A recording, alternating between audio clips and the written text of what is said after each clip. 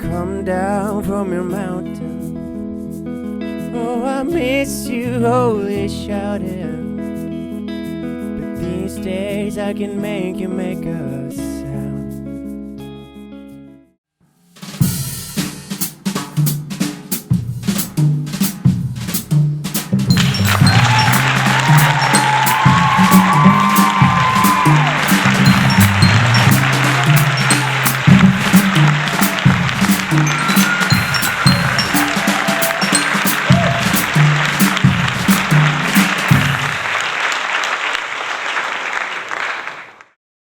So, welcome to another Tesla's Late Night show. Yeah, Something like that. something like that. So, my guest is guest from Sweden.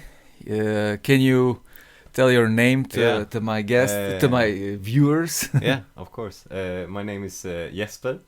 My trail name is Stumbler. Yeah, I'm a hiker from Sweden that's out here on the Croatian long distance trail. Yeah, that's me. How old are you? I'm 22. I will turn 23 just in a month. So yeah, great age. Phenomenal. Yeah, You tend to hike long distances. I tend to hike long distances. How Yeah. come? Good question. It's just something me and my friend just got into in high school and got some idea about wanting to do something, out of the ordinary, I guess, after high school. Not wanting to instantly jump into the, 9 to 5 work schedule or study for 3 to 4 years, stuff like that. So wanted to do something different, and all of a sudden this came onto my plate, and yeah, we just got It sort turned of out addicted. good, right? Yeah, it turned out great. Yeah. I mean, you were a little bit worried at the beginning, like spending a lot of money, a lot of time planning it. Like, would you even like it? Would you get out there and like really hate it? I knew I'd like to be outside, and hike like that, but I didn't know if I would like to hike consecutively for weeks and months and camp outside and stuff like that. So yeah, I was relieved. So, you got addicted, right? Pretty much. So, where that happened? Yeah, good question. I mean, I guess it came along, like on the trail, I got addicted, like to the whole community, to the whole lifestyle. It came pretty fast, I think. It was just this whole different thing that I had ever done before. Otherwise it's always been school and then, the typical work schedule, and now it's just you can do whatever you want. If you want to, take a day off, if you want to hang in town, eat whatever food you want, like it's just this feeling of being free, pretty much. And also just with all the people that you meet out there, both hikers as well as people that are involved in the trail systems and stuff like that. Yeah, that just made me feel, I mean, it's such a great place. You feel welcome wherever you go. So it just, yeah. So, you decided, okay, we will hike, and you needed to like discover and find out where will you hike first. Yeah. So, what was your first long distance trail? The first was the AT, the Appalachian Trail. Just we decided that would be like the easiest. We thought physically it's not the easiest. Yeah. But we thought like, oh, it's close to towns pretty often. It's on the East Coast with a lot of people, so we thought it would be easiest for beginners. So that was the one we chose. It wasn't the first that I came in contact with. That was the PCT, but somehow I decided that the AT would be better. Yeah, so the Appalachian Trail was the first one that we hiked. So, when did you start? Which year? What month? We started in 2019. We started March 1st and hiked for 133 days.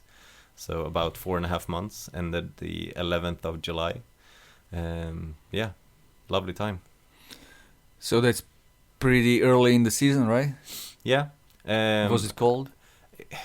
Sort of. We had a few cold nights in the beginning. I felt like we had every kind of weather the first week. So like the first few days was pretty good, the first 2. The third day, pouring down rain, just constantly. We were like, it was one of the worst rainy days on the entire trail. And then the fourth day, it was freezing. It was like winter wonderland outside. So we got it all like within the first week. So we got really like introduced to the elements we would face the entire trail, you know. Yeah, I guess you stumble into like a vast variety of characters out Yeah. there. Very much so. Yeah. So who was like the first hiker you met, and that you remember like by something, you know? Good question. I would say the first hiker we met on the approach trail. So that's like the 8 miles that goes from Emekalola Lodge or Falls up to Springer Mountain, where the actual trail starts. And we passed a guy. It was pouring down rain, and we passed a guy who was hiking in t-shirt. We had like this huge rain jackets, ponchos. We felt kind of prepared. We were out there with our gear, and he just kept on trucking.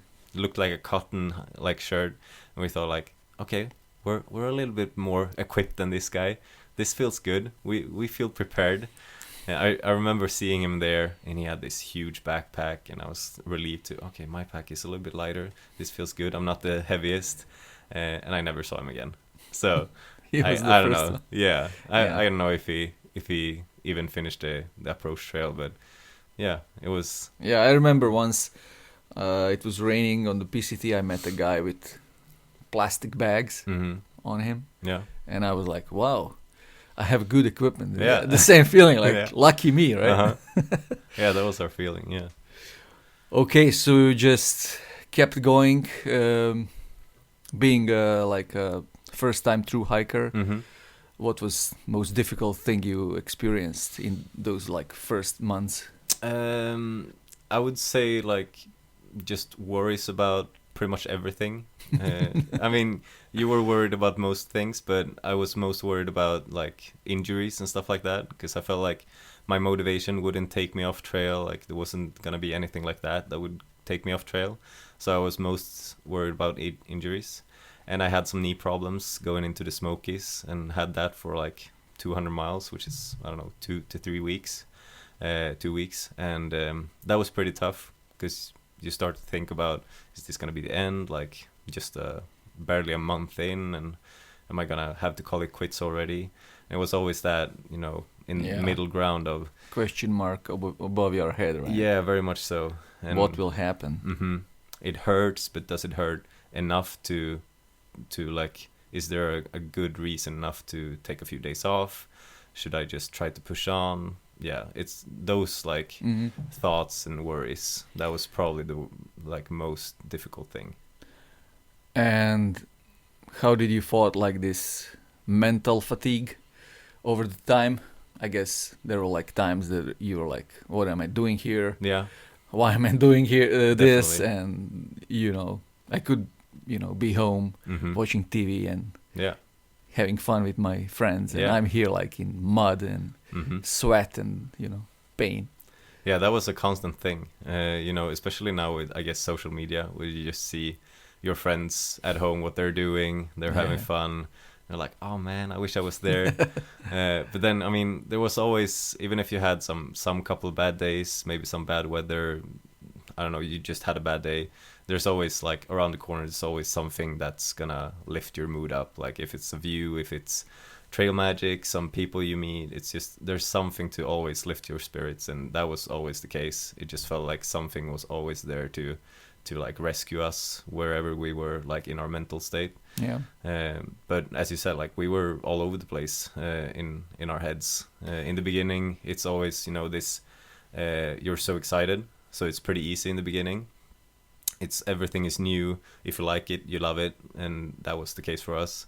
And that kept us going for a good while. And then, you know, you get into a few months, and then you start, the stuff is happening in your head, you know. Yeah. So did you had like some treats in your backpack when it gets too tough, and then you pull out this candy bar? Yeah. Or I don't know, something, whatever, some trick? Yeah, like some secret ingredient. Yeah. Yeah, no, I don't know. It was, I think it was more like what I said, just the outer, like just people within the trail that helped us like that. I don't think I had like my own thing to fall back on, so to say. I mean, we had each other. I hiked with my best friend, so it was easy like that. We Yeah. always like pushed each other. Most of the times, if I had a bad day, he didn't, and the opposite. Yeah. So it was easy to push each other like that. But yeah, I think otherwise it's just everything that's going around the trail that pushes you, that helps you in that way. I know some people are like, they have like some motivational quotes. Yeah. And they pull it out in the middle of crisis. Don't Huh. give up. You know. Okay. Even, you know, written by the hand of, I don't know, lover or mom or dad or brother. Don't quit. Yeah. Even if it's hard, you know. I never have No? those. I'm just like you. Hmm. I find somebody on the trail and Yeah. some, you know, some stuff, and it helps me mostly. So AT, from 1 to 10, how would you rate it? It's difficult to rate it just like that. Yeah, I think you have to digress like more what you mean by that. So like trail wise, if I was Yeah, like trail wise. yeah, I mean trail wise, I would say it's it's a great trail all along, but it's tough, it's rooty, it's rocky, it's muddy, it's most of the time like that. It goes up and down constantly. I don't know, like an 8 like that. But 8. And social wise? social wise, a 10. Experience wise, a 10. Yeah. Yeah. So it's there's so many things that lifts it up to a 10, but like trail wise, when you compare it to other trails that I've now got to experience, Yeah. there's a lot to, I don't know, there's a lot to talk about there. Yeah. So you went like Nobo, Yeah. like northbound, right? Yep. Yeah, so we started March 1st, and that's like, as you said, it's pretty early, but I would say that's like the first bubble, so to speak. So most of the time, there's like a small bubble that starts late February, and that's sort of where we went, I would say, because right when we started, it was super rainy those few days. So most of the people that actually started March 1st, or was supposed to start March 1st, pushed it a little bit. So we were always a few days ahead of them. So we never got caught up in this huge bubble. So I think we were lucky like that, because otherwise it's, March 1st, March 15th, April 1st, April 15th. It's like those dates that a lot of people start on. Yes. So it was not like super crowded when we went, and that was great. I think we had a super cool like group of people that we were leapfrogging with, that we caught up to sometimes. We met in some towns, we hiked with for a while.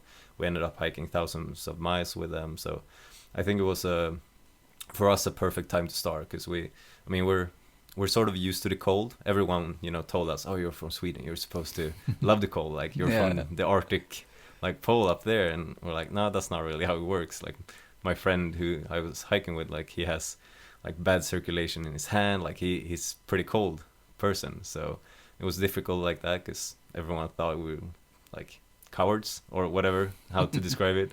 But it was still like we were pretty lucky with the weather as well. So it was a great date for us. And when your friends back in Sweden, they were like watching your social media and stuff. So what are the comments from your friends? Just encouraging. They were. I think they thought it was really cool. Most of the people back home don't really understand why. Like that's the question. Why do you hike? Why would you do this? Especially when the things that really stand out are either the really bad days or the really good days. And I mean, if you see like these rainy, muddy, depressing photos or stories, that's what they remember and they think about. So that's what they like thought about initially, I think. But they were super encouraging, and it was fun to have that contact, like social media, to get like some reality checks from back home as well, to hear from them. Fun to have that as well. But yeah, mostly whys, but also wows.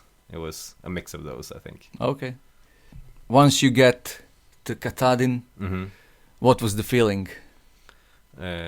Katahdin is the end of AT. That's the end, yeah, exactly. That's the final climb. That's where it ends. Amazing feeling all around. I mean, at the end, you start to want to finish. Of course, you've been on this journey for so long that it feels good to end. and it was amazing feeling. I got to experience the end with my friend, with my other hiker, like in our family that we hiked with for thousands of miles and months. So it was an amazing feeling to stand up on that mountain, just feeling that you have been out hiking for 4.5 months pretty much every day, and now you're finished and you walked so far. And yeah, I heard that AT is like famous for great trail magics because of lots of people near the trail. So what was like the best trail magic you can remember on AT? ooh, the best trail magic. I mean, yeah, we had one amazing trail magic, like our second day, that we still remember. That was our first trail magic. It was great, nothing like special, but it was still awesome because it, introduced us to this whole community. And we were pretty much the only hikers that day, and the people that took care of us there were so awesome. Just an elderly couple, and that was like probably top two. But I think the best one was later on in Pennsylvania, where we caught up to Fresh Grounds, who's a very famous trail angel on the AT. He usually follows like families or tramleys, and we caught up to one of those tramleys that he liked to follow, and we got to experience his trail magic, where he just pretty much for an entire hiking season follows AT hikers and gives them amazing trail magic, cooked fresh food for us, and had this, I mean, he knew what hikers really wanted. Yeah. He had Experienced guy, he right? had it all down. Yeah. So it was cool to experience that. And yeah, that was probably like trail magic wise the best in that way. But yeah, the second day just introduced us to the entire thing, and that was really cool to see the whole community, how it works. Yeah. Okay, so you finished the AT, and then what? How did you get back? Yeah, so we were I mean, the finish is pretty much out in nowhere. Baxter Park is way out from the closest town, so we got a ride from I think the hostel that we stayed in. It's Millinocket, the town that usually people go to right after if they don't have like family that picks them up. So we went to that hostel. We got to eat a lot of ice cream again. Like, there's an ice cream challenge on the midway point, and then there's another ice cream challenge at the end when you're finished. So we got to finish that awful challenge, but we got a t-shirt. I feel accomplished. So how much ice cream do you have to eat? Disgustingly much. It's a whole like huge bowl with, I mean, obviously ice cream, but they throw in so much else. Like it's bananas, it's Snickers, and when those Snickers get really hard because it's so cold, those are the most awful ones. Like huge donuts, just the bread with the ice and the ice cream. And what do you get for that? Hey, you get a shirt. Yeah, that's it. That's it. Right? Yeah, but it was a great challenge. It was a great place. But yeah, I mean, ice cream challenges are awful. They are. It just hurts very much.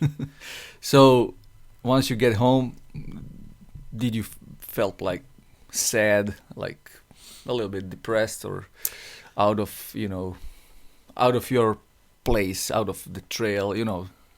Was it like difficult to go back in civilization? A little bit. I think, I mean, at first you were so relieved. It was nice to come back home the first few days, the first weeks. And I was very lucky to just pretty much instantly, the day I got home, I just started working again. And that was nice to get into a routine. What do you do? So during the summers, I've been working at a theme park that I really love. I had been doing that for a couple of years, so that was nice to come back to see all the co-workers that I had there. So that was very easy to come home in that way.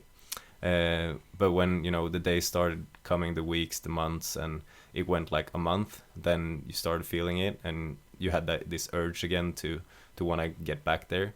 So did you? Yeah, I mean, we were very lucky in that aspect as well. We talked to Cisco, the guy that we hiked the AT with for thousands of miles, and he was going to do the Arizona Trail in the fall, and he asked us to join him, and we're like, yeah, sure, why not? We didn't have any commitments, so we went back there, and that was only a month and a half afterwards. So I think that made it very easy for us to not fall into this, as people often call it, post-trail depression, and yeah, we got to experience that later. But in that like short section, a month and a half, we didn't really start to feel it because it was such a short time, and we just hopped on to it, the next thing instantly. So that was good for us. Yeah, I bet. So Arizona Trail was like again 2019, right? Yeah. Okay, we'll talk about Arizona Trail with Marcus, right? Yeah. Okay, so see you later. See ya. So Marcus is here.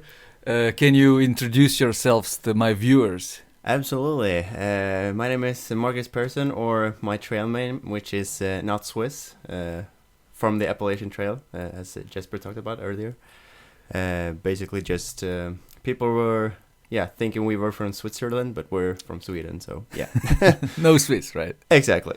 It's just So as what do simple you as do?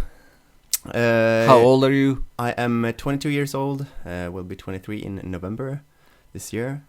Usually work with industrial things and stuff like that, but yeah, my job isn't the best, so that's why I'm started hiking. And definitely fallen in love with it. Like a So drug. what do you do else? Like what do you love to do? Hobbies, I have play guitar. Oh, love, yes. love. We have some special treat I don't for know what you're viewers. talking about. Just wait. Yeah. Okay, so play sports. besides guitar, like a little bit sports. Yeah, right? a lot of sports. I like, to be active, to be out moving, running. It's become a fun thing lately. Not as much of a fun thing when you're out through hiking, but Yeah. otherwise, yeah, absolutely. So we'll talk about Arizona Trail with you. Yes. Jesper told us that you finished AT. You've been in Sweden like for a short period of time, Yeah. and then your friend invited you to Arizona Trail, and you said yes, right? Yeah, exactly. It wasn't our plan, really, basically, to hike the Arizona Trail. It was just, something he wanted to do. He asked us if we wanted to, and we're like, yeah, it doesn't sound too bad, because we planned to, or wanted to do Te Araroa in New Zealand, but, I don't know, we were so done with rain, with the, green lush forests area, and, the desert just sounded way more Great. exciting and fun Yeah. at the moment. Absolutely. So. Okay, so you took the planes, you flew, and Mhm. you were on the northern terminus Yes, exactly. of Arizona Trail, right? Yeah, we started northbound, or going southbound, started north. When was that? That was October 1st. So we landed, September 30th, I think it is. Like the last day of September, during the late evening in Las Vegas. We flew from Sweden to Los Angeles and then to Las Vegas. Took a hotel room there, slept like 5 hours, and then had like a very interesting bus ride to Kanab, which is in Utah, and from there a trail angel shuttled us to the trailhead. So, how long is Arizona Trail, and what are like some specifics about it? So the trail itself is, I think, 790-ish miles, or 1,250 kilometers, around that. It's very, I would say, diverse. There's a lot of like things happening. They have the movie desert, so to speak. No shade whatsoever, no trees, only like cactuses, small bushes here and there. But then also, the Grand Canyon, which is huge. Yeah. You have these wilderness areas, which is like very green, lush, foresty types of trees, and also like the big forest, the like pine trees, basically. And then also like a lot of aspens close to Flagstaff, and yeah, it's very different for sure, like every section. So, from 1 to 10, which grade would you give Arizona Trail, like trail-wise? Trail-wise, I would probably give it, close to like 9 or 10 out of 10 for sure. Like the trail itself is, like for hiking, it's really nice. There are some steep parts and all that, but the trail itself is very like pronounced, pretty well maintained as well, and it differs from like actual trail to some forest roads here and there, but yeah, it's very good. And social-wise? When we hiked it, I definitely liked it. Like maybe not as much as the Appalachian Trail, but there was a lot of people hiking. We encountered a lot of people, got to meet a lot and talk to a lot of people, you know. So yeah. But not as much as on AT, right? No. So yeah, It's a I don't have lonelier like trail, right? I don't have like the exact numbers how many attempted each year, but it's definitely smaller like than the Appalachian Trail for sure. So what was like the biggest issue on the trail? I would say, I guess, water. I guess it's definitely like scarce. There's not a lot of water sources, but there's a lot of nice people, you know, stashing water caches. People write in the comments where they are, and you can definitely find your way. But there are some like 20-mile, you know, stretches that you Waterless, expect. just Yeah. But I mean, it's not like a huge issue. I guess it depends on also like which year, how rain it has been, how hot it is, and all that, of course. But for us, it wasn't like too big of a deal. Yeah, but when you reach some ponds, this is Yeah. not like super No, lush it's, streams exactly, like in it's, Sierras. no, it's not the, you know, the AT streams that you get like every mile where it's like fresh mountain water, you know. I have great experiences from, you know, collecting from a cow pond. There was like cow poop, you know, dissolving under the water when I was standing there collecting water. It's like, yeah, you gotta do what you gotta do. It's like You filter it. yeah, filter it. How do you? It works. How do you fight the bad taste? Uh, Poo taste. Yeah, so I didn't use like the, you know, the packets of pulver that you can like add, you know, electrolytes and taste and all that, because just screw the filter straight on. At least after a while. In the beginning, I was using some here and there, but then we didn't really encounter any like really bad water sources, so we just switched over because it was easier and yeah, all that. Which was probably a mistake, because later on it's like during, you know, middle of Arizona to the southern parts, that's where the like worse water sources appears. So that like cow pond place, I didn't have any like powder or anything, so that was it was definitely a weird taste to it. Also, I remember this water source. The water was just like totally green. I don't know, like some kind of algae, but like the actual water itself was green. It was like not just the algae, but yeah, and that also had like a really weird taste to it. But yeah, it's just some things you can come to expect, you know. It's the desert, so it's the like one of the fun parts of it, you know. The challenge itself. Take it what's on the trail, right? Yeah, so I heard from Jesper that like trail magics on AT were like really great. Yeah. And what's the situation on Arizona trail? Did you encounter some trail magic? We did actually, yes. I don't remember exactly how often it was. I think like I have one specific that was like the best trail magic ever, basically. It's from a guy named Sequoia. I will keep his location secret because that's what he wanted, so I won't spoil anything. But yeah, it's like a certain place you don't expect anybody to be there. Suddenly it's this guy with this huge like I don't know, RV basically, just sitting there, has food, all these kinds of drinks, candy, whatever you want. Like, yeah, so we just had like a really dry section that day, really hot. Nobody had like any water, but we knew there was like a water cache at the end of the day, so we all aimed for that and tried to camp there. But then I got there and I met like, Sequoia came up to me. He's like, "Hey, you thru hiking the AZT?" I'm like, yeah, sure. And he's like, "Well, come to my place. Like, I got food for you." I'm like, "Okay." Good news, right? Yeah, so we just spent the night there having a lot of discussions and yeah, just a great time. Other than that, I don't know. You know, there's some small like trail magic stashes I remember here and there, some like water, soda, small stuff like that, but nothing like, you know, the AT where people were like standing making stuff for you.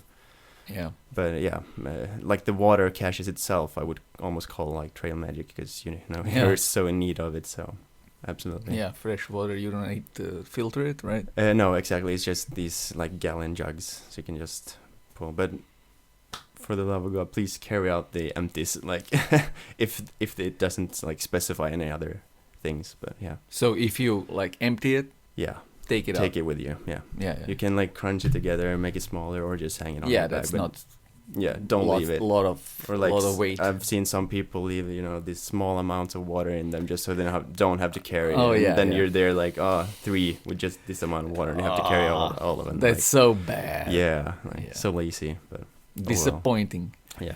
Yeah. Oh well. Oh well. So, how many days took you? It took us 46, including 8 zeros, I believe it was. The zeros were only because we had a friend with us, Cisco, who lives in Mesa, so we spent a few nights there. But otherwise, it would probably not have been as many zeros. But so yeah, Yeah, but zeros are fun sometimes. exactly, absolutely, Some and s- necessary. Necessary. And some off-trail trips, right? Yeah, exactly. And Yeah, we did some exploration, so to speak. We did Humphreys, for example, the tallest peak in the Arizona. Also, like side trail of maybe 5 miles from the trail, something like that. Then we did some trails closer to Phoenix, not as close to the trail, but you can definitely do it. It was Flatiron Peak, and also one peak closer to, the actual like city Phoenix. Can't remember the name of it now, but yeah, just a small one. Fun really times. popular. Yeah, absolutely. And we do spend some time bowling and stuff like that. So, if somebody asks you like secret tip for Arizona Trail, what would it be? Secret tip. I don't know if it's not a secret, maybe. But the usual. I definitely would recommend do your research, especially for this trail. It is like, the desert. There's no way around that. Like, there's gonna be a lot of heat, a lot of or not a lot of water, should I say. And yeah, absolutely like that. And also take your time, appreciate the surroundings, especially like the Grand Canyon. If you can try and get like the camping permit down in like Bright Angel Campground, for example, where Mhm. we stayed. Such a fun experience just to like get down there and stay there for the night. So yeah, I would definitely recommend that. Nice. So, once you finished the Arizona Trail, Yeah. you went home. Yes, we stayed for a few days back at Cisco's place, his home. Had some fun there, but then we traveled back home. And this was just like basically in the beginning of COVID as well. It just like started to develop in China and all that. Mhm. So once we got home, like a few months later, the restrictions all started to pile up, and yeah. So, was it difficult to readjust like civil life after 2 long trails? I don't think so. Mostly because I knew what I had waiting back home. It wasn't like I had sold off my house, because we still live with our parents and all Yeah. that. So we had like everything back home that we had beforehand. So it's just like basically just to come back and just continue basically. Where we stopped. Which always makes it easier. You don't come home like empty-handed. Like, you have basically a plan Yeah. for when you get home. So yeah, that always makes it easier for sure. But of course, it gets depressing. You're used to hiking all day, seeing these beautiful views, Yeah. and then you get back to our part of Sweden, cold, rain, snow, right? dark, really rainy, just really boring. And then pandemic hit. Yeah, exactly. So Yeah. It Oh, was.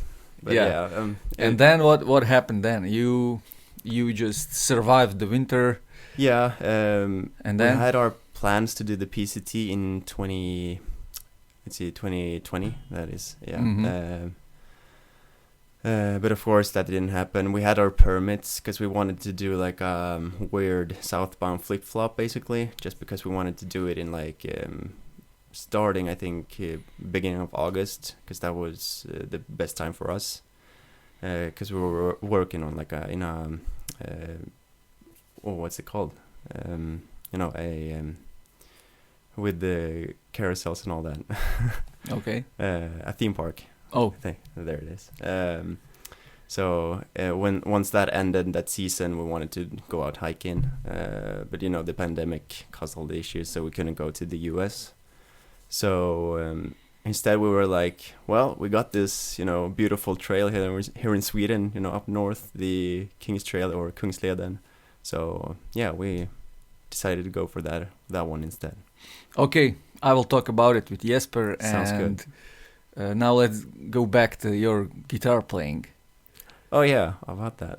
Yeah, I heard that I left the apartment and Marcus has recorded something for us. Yeah, just a small, nothing major, Yeah, which song and who's the artist who wrote it? So it's a song called "You Don't Care for Me Enough to Cry" by John Moreland, a country singer from Oklahoma.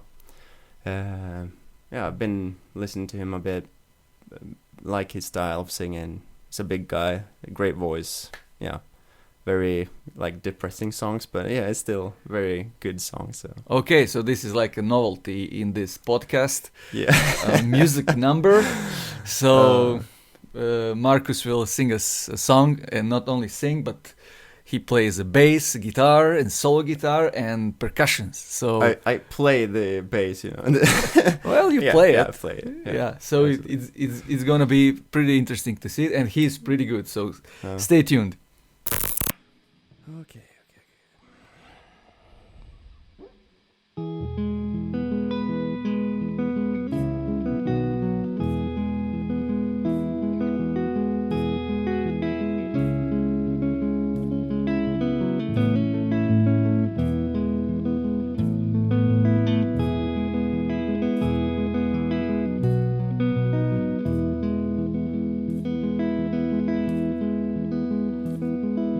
Come down from your mountain. Oh, I miss you, holy shouting. But these days I can make you make a sound. Take me to the towns where we look up to the skies and climb up there and draw the thunder down.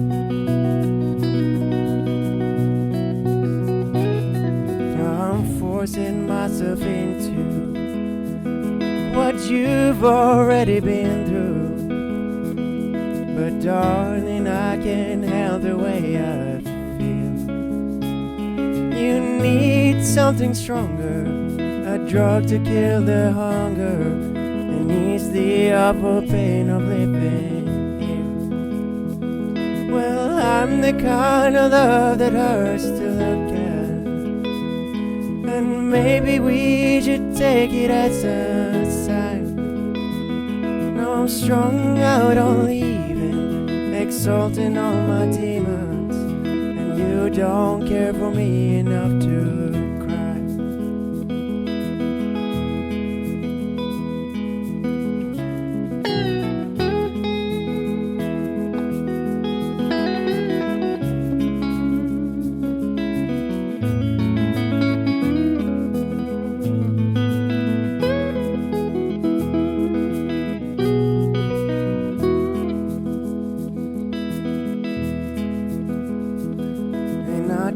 I'd take you with me, and you said that you forgive me, and we'd live out some easy ancient songs. I'm standing here unattended in splendid love remembrance. You lost the mind to even do me wrong. No, I'm the kind of love that hurts to look at, but once I was enough to make you try. Now I'm underneath the rubble, trying not to feel the trouble, and you don't care for me enough to cry.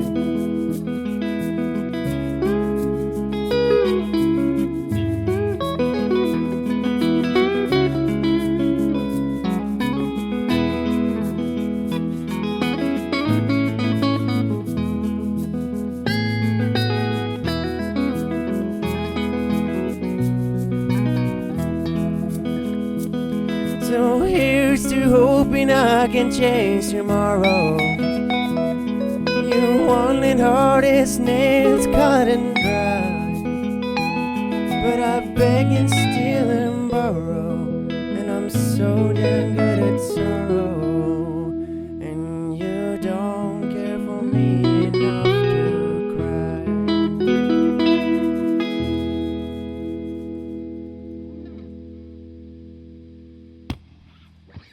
I mean, I probably won't be getting any better, so. So this was a nice song. Marcus is a really good singer, right? He is, yeah. He's a very good singer. Yeah, we were like This is very pushing him. We were This like, is come on, very you have to. exclusive. Yeah, this is exclusive because we were like pushing him. Come on, you Yeah. have to record it. You have to record it. He's kind of shy, right? Very. In Yeah. this regard, at least, yeah. Yeah. But amazing performance. Yep. Especially with the chips. Yeah. Yeah. I gotta say that was pretty good. Yeah. Yeah. He got the rhythm down. Yeah. With the rice and chips Yeah. package. Right? Amazing. Great. So, Marcus told us that after Arizona Trail, you spent some time in Sweden. Yeah. You couldn't go back in America to do the PCT, Mhm. so you decided to hike Kungsleden. Yeah. Or King's Trail in Sweden. Yeah. What's exactly. that? What kind of a trail is that? What kind of a trail? It's yeah, it's 270 miles long or 440 kilometers for the normal people, the Europeans. Yeah. Normal people. It's in the very north of Sweden, the most spectacular like nature part of Sweden. None of us had been there before, so it was a great experience to experience the way north of our country. Super beautiful. It starts in a small town called Hemavan, and it goes all the way up to Abisko, which is a famous place up in the northern of Sweden, which is pretty much it's very close to the border to Norway, way in the north. It goes along the biggest mountains that we have to offer in Sweden and the most beautiful nature, and it ends up in the north, very close to Kebnekaise, which is the Swedish tallest mountain, at around 2,000 meters. So yeah, Nice. I've seen your videos. We've been watching the other night, Yeah. your YouTube videos, and it's amazing. I mean, it's beautiful. yeah, It's just not so many trees, no, rocks and grassy Mhm. lands and stuff like that, Yeah. like creeks. And yeah. so, what's like specific thing about Kungsleden? Yeah, I mean, it's this like tundra-ish landscape. It's very unique. It's not actually like tundra. It's just like, I would say, the mountainous version of a desert. It's Kalfjäll, it's called in Swedish, which is just pretty much bald mountains or bald landscape, I would say. As you said, yeah, there's pretty much no trees at all in those sections. And yeah, it feels like you're in a desert, and it feels like that in many ways. It's very dry in a way in some parts when it's not rainy, and it's there's not many like water sources when you're actually up on these elevations. But then, as you said, like it varies, because then there's a lot of water, and there's great water that you also pass by in the valleys and stuff like that, which is glacier water, spring water. That's just, yeah, you can just drink it. Not like Arizona, right? Not like Arizona. It's the complete opposite. Yeah. You So- don't need a filter even. So yeah, that's awesome. Great. So what's like the toughest thing on Kungsleden? What you should like consider before like going on a hike? So I would say probably that there's, these mountain huts that's along the trail, especially in the beginning and the end. And there's a lot of people in those sections, because there's a lot of Swedes that goes up and do these small section hikes. And so you got to be prepared if you want to stay inside. You got to, book these places, because they're very full otherwise. And there's, especially now in COVID times, I mean, if you're planning on doing it in the future, it's going to be easier. But in COVID times, it's, restrictions, obviously, and it's difficult to find places inside. So for us, it was an awesome trail like that. You just were outside pretty much all the time. When did you do it? Like in summer? Yeah, we did. We started August 16th, I think, and ended the first few days in September, which is sort of late, especially for us hiking north. So we started in the south, and if you think logically about that, if you start in the north, it's gonna, be a little bit warmer when you go south. But we went up towards the cold, towards the fall, towards the winter. So how cold it is? Actually? During the nights, we had maybe a handful of nights of freezing cold. Otherwise, a few degrees hotter, like 4 or 5 during the night. Probably the highest was around maybe 13, 14 degrees. But it's very, I think it was a great temperature around 10. Just not too hot, not too cold. Wasn't very windy. We had very good weather all along, especially thinking about, they say, it rains on Kungsleden about 6 out of 10 days in this period of time. And we had probably like 30 minutes of rain total in 14 days, which is unheard of. So we were super lucky. But yeah, for us, it was a great period. For many people, July is the best, but there's always pros and cons. In July and June, it's got to be a lot of mosquitoes instead. So, and a little bit of snow. What kind of bugs can you encounter? Yeah, it's mosquitoes are the worst, I would say. But there's also black flies, and there's also the super tiny version of black flies, I guess. What, do they bite? They bite, and you can barely see them.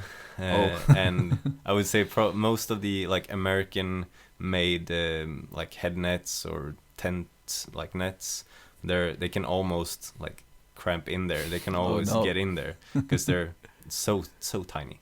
And as I said, you don't really see them, you don't really hear them, but you feel them. But so those are the worst. It's just are they operating in the nights? Yeah, all time. Yeah, if it's too cold, they won't be there. So that was also a good thing, I guess, because we had some cold nights in the end, and they weren't around then. But if you're going in July, it's gonna be warm during the night, and they're gonna be around. So how many people have you encountered doing the true hike of Kungsleden? Especially considering a COVID year, there was a lot of people, we thought. We said this was the year of Swedish people experiencing Sweden. So a lot of Swedes went up in the mountains and experienced our own country. So there was a lot of people that were up there, especially in the southern and most northern section. So that was where I talked about where there are mountain huts. Pretty much every day, there's 2 almost every day. And yeah, there was a lot of people in those sections. But actually, through hiking the trail, we met probably around 10 to 15 that we either leapfrog with or met. The most traditional way was to hike the opposite way, so we met most of the people. But we hiked with 3 or 4 people that we actually, stayed with a couple of nights together and saw throughout the entire trail. So that was nice. It was sort of a, usual through hike experience that way, that we got to actually hike with some people and meet some people with the same mindset, same goals. So that was nice. So how would you rate Kungsleden trail-wise? Kungsleden trail-wise. Is it easy to navigate? It's very easy to navigate. Yeah, you have accomplished something if you get lost, I would say. There's trail markers pretty much all of the time, and if you manage to get lost, you won't be able to, you'll notice it because there's not going to be a trail. It's a very defined trail, and if there's not markings with colored markings, there's these pile of rocks that make it very obvious. So it's not a trail where you get lost on. So it's a high grade. Yeah, definitely. Yeah. And I think if you would get lost, it's in this middle section that's not hiked as much, but I wouldn't. Yeah, it's very easy to follow. And social-wise, 1 to 10. I would say in my experience, it's close to a 9. It was very nice. I loved it. It wasn't too much people. It was plenty enough. We saw people that we really got together with and liked, and yeah, it's not as on the AT where it's just people everywhere, and it's not empty. So it was great like that. Yeah. So can you resupply somewhere on the way? Are there some villages or something? Yeah, good question.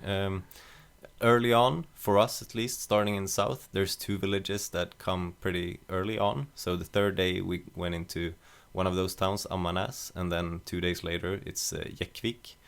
So in those towns there's big grocery stores where you can buy food just like every other town, and the trail goes right through them. So it's very easy like that. But when you get up to the northern sections, there's only gonna be these mountain huts. So we sent food to 2 of those mountain huts, and that was pretty much the only way. Very expensive to buy food in these mountain huts. You can, of course, but you're gonna spend way more money if you do that instead of shipping like we did. So it was a little bit of a hassle in that way to send food, but we made it work. And if you really want to, you can definitely make it work. But there's always these mountain huts where you can buy food if you run out. You won't be walking without food. But you will run out of money. Definitely, yeah. Sweden is not, super cheap, and those mountain houses are super expensive. Yeah. Yeah. Okay, so how many days? It took us 14 days. We were pretty fast on this trail, even though I got sick for 2 days, so we had to take 2 days off. But we hiked from 6 in the morning until when the sun set at like 8 or 9. So we hiked throughout each day, every day, and it was great like that. Most people take like 20 to 25 days, I would say, but 14 was perfect for us. Yeah, great. So would you recommend Kungsleden for some true hikers, or at least medium hikers, medium distance hikers? I would recommend it to everyone. If you are not as experienced, there are these mountain houses or mountain huts where you can stay for the night, and you can make a schedule based off of those. So that's very easy in that way. And if you're a thru hiker, you just want the typical thru hike style, you can do that as well. Sweden is very easy like that. You can camp wherever you want, and there's a lot of water, as I said. So it's a great trail, beautiful trail. If you want to experience this, Scandinavian mountains, it's probably the best, because Norway, Finland, other places in Sweden doesn't really have the option to do trails like these. There isn't any, pretty much. So yeah. So is this the longest trail in Sweden?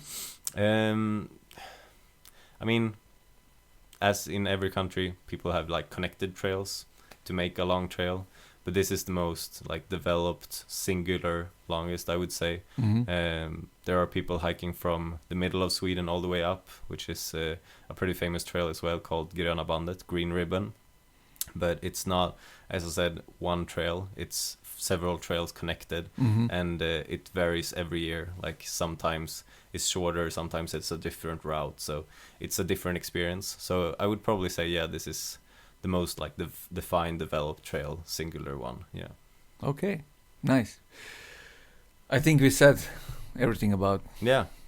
I mean, so. the first, hand of information thrown to the people. So maybe somebody will be like, "Oh, wait, that sounds great." It's great. I would totally recommend to everyone. If you would do some research on it, search Northern Kungsleden, because Germans have a guidebook where it's like Southern Kungsleden, and that's a whole different thing. Oh. And you buy like a guidebook, and that's not the one you want to do. So Northern Kungsleden is the one. So where do you need to fly if you want to do it? What's the biggest, closest town? For us, starting in the south, it's not like any place where you could pretty much fly to. We took a train to Umeå, and then which is a big... from Stockholm, right? Yeah, almost, from our hometown, which is 2 hours north of Stockholm. But there's train from Stockholm all the way up. If you want to start in the north at Abisko, you can just take a flight to Kiruna, which is the biggest town way up in the north, and then take a bus from there. For us, we took a train to Umeå and then a bus to the trail. So it's a little bit logistical. Yeah, you have to think about that. But yeah.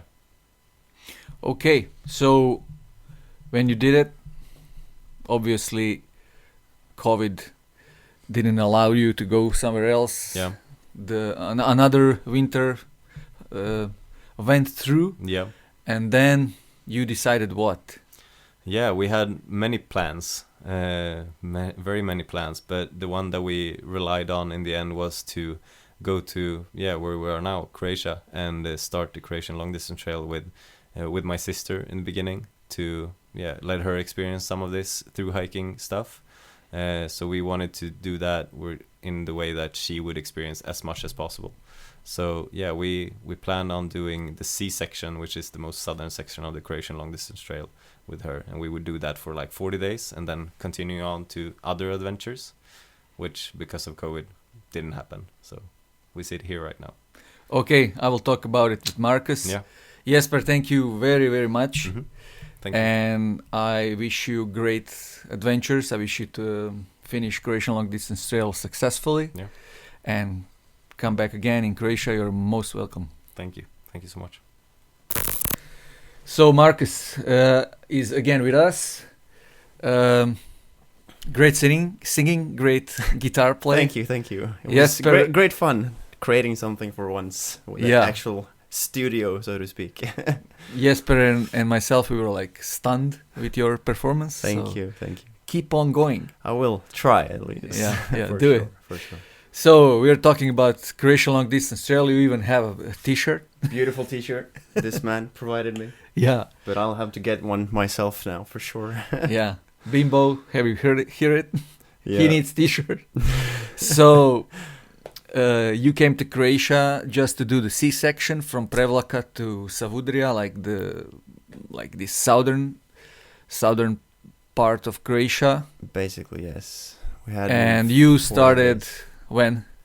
We started on March 3rd, 4th. I can't remember exactly. Yeah, we had planned to do 30-40 days just to see how far we could get. The weather was great, right? Yeah, we had, I think, 15 degrees and a sunny day like the first day. So we were welcomed with the best weather possible, basically, for the time being. So great start. Yeah, basically the entire C section that we did until, we hit the bad weather closer to Dinara and Biokovo and all that. Yeah, on Biokovo you got like snowstorm. Yeah, so the day we went over was pretty good, kind of warm still, hiking in my shorts, sunny, partly sunny here and there. The wind started to pick up further towards the afternoon. Clouds started to roll over, especially once we hit like Sveti Ilja, the tallest peak the Croatian long distance trails travels over Biokovo. Yeah. Got pretty sketchy, with the small trail, the really like steep mountain sides and all that. But it was definitely a fun experience. So we went down a bit, camped like by a mountain hut. It was locked. You got like, how do you say it? You got a lot of snow on your so sleeping bags. Yeah, during the night we just had a snowstorm rolled in. We had to start like hiking again at like 2 a.m. All our stuff was drenched. We were like, no, we can't stay here. So we just took off, hiked down to a village close by, like a side trail, just down to a village. Stayed there for like 4 hours outside one of the like small markets there. People were looking at us, thought we were like homeless people. We're just sitting there trying to keep warm. But yeah, it was a great experience still. Yeah, absolutely, it was fun. And then we like talked a little bit, and I suggested that you come to Ilok.